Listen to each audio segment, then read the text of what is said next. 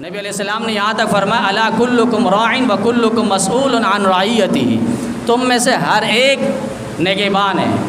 ہر ایک سے اس کے ماتحت سے متعلق سوال ہوگا، ہر ایک سے سوال ہوگا۔ یہاں تک کہ فرمائیں کہ باپ ہے تو اولاد سے متعلق سوال ہوں گے، اگر شوہر ہے تو بیوی اور اہل و عیال سے متعلق سوال ہوں گے۔ کوئی کسی بھی محکمے کا، کسی بھی شعبے کا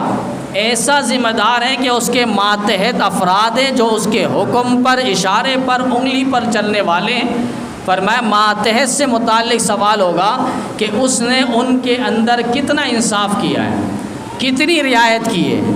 کتنا ان کو پروٹوکول دیا ہے، کتنا ان کو احترام کی جگہ دی ہے۔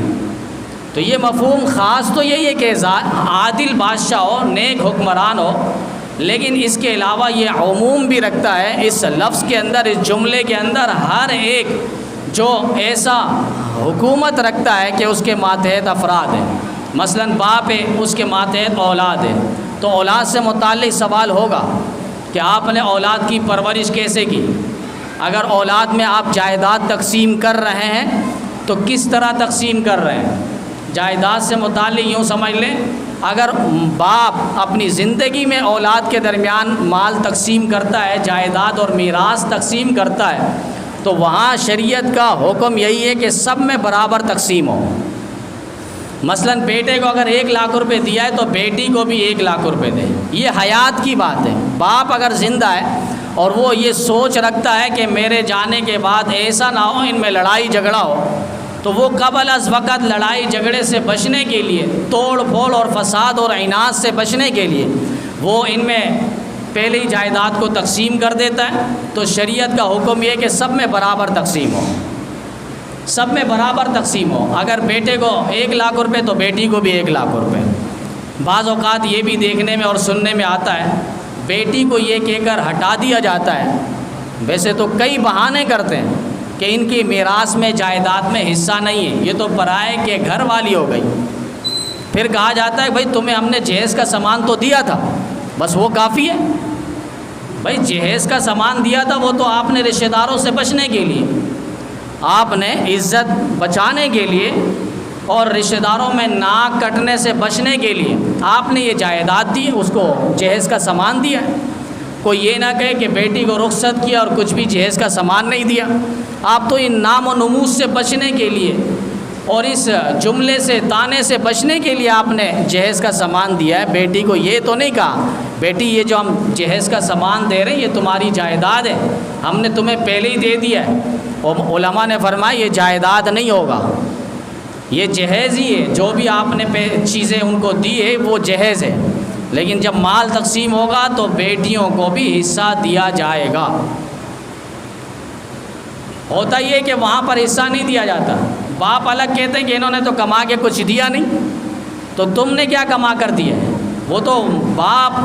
کی ہی کمائی ہے، اور پھر باپ کے باپ کی کمائی ہے، وہ پیچھے سلسلہ چلا آ رہا ہے۔ تو یہاں پر سب میں برابر تقسیم ہو۔ اگر باپ زندہ ہے، اپنی زندگی میں، حیات میں اگر جائیداد تقسیم کرتا ہے، یا اگر مرنے کے بعد تقسیم ہو رہا ہے، تو وہاں پر یہ کہ اگر اولاد ہے، بیٹے ہیں، تو وہ 2 حصہ لیں گے اور بیٹیوں کو 1 حصہ دیا جائے گا، یہ شریعت کی طرف سے۔ بعض قلم نگار پیدا ہو جاتے ہیں اور اپنے آپ کو بڑا پروفیسر کہتے ہیں، قرآن کی ذرا بھی ہوا نہیں لگی انہیں۔ میں تو کہتا ہوں ان کو حروف ابجد نہیں پتہ، لفظ الف کیا ہے، الف کے معانی کیا ہے، الف کتنے معانی کے لیے آتا ہے اسے یہ نہیں پتہ، با کے کتنے معانی ہیں اسے نہیں پتہ، شرم یا عامل پڑھ لیتا کاش۔ اب وہ بیٹھ جاتا ہے کہ دیکھو اسلام میں عورت کے حقوق دیکھو، وہاں اگر بیٹے کو 2 لاکھ روپے مل رہے ہیں تو بیٹی کو بھی تو 2 لاکھ ملنا چاہیے تھا، یہاں تو بیٹی کو 1 لاکھ مل رہا ہے۔ تو بھئی آپ یہاں دیکھیں کوئی ظلم نہیں ہے، عین انصاف ہے۔ اب یہ بیٹی ہے 1 لاکھ روپے لے کے پرائے کے گھر جائے گی اور وہ پھر شوہر کے ماتحت یہ پیسہ ہو جائے گا، تو وہ 1 لاکھ روپے شوہر پہ چلا جائے گا، شوہر کے پاس چلا جائے گا۔ یہاں اگر یہ بیٹا 2 لاکھ روپے لے کے جاتا ہے، اس کے ماتحت بیٹیاں ہیں، اس کے ماتحت بیوی ہے، اب یہ 2 لاکھ روپے ان بیوی پر خرچ کر رہا ہے، یہاں بیوی وہ شوہر کو دیتی ہے جا کے 1 لاکھ روپے، اب آپ دیکھیں خرچہ کون کر رہا ہے؟ مرد کی ذمہ داری ہے خرچہ کرنا۔ اب یہاں یہ مرد 2 لاکھ روپے لے جا کے اپنی بیوی پر، اولادوں پر یہ خرچ کر رہا ہوتا ہے، تو عین انصاف ہے، یہ کوئی ظلم نہیں ہے، سوچ کا فرق ہے، وہ سوچ اپنا قرآن و حدیث والا بنا ہے۔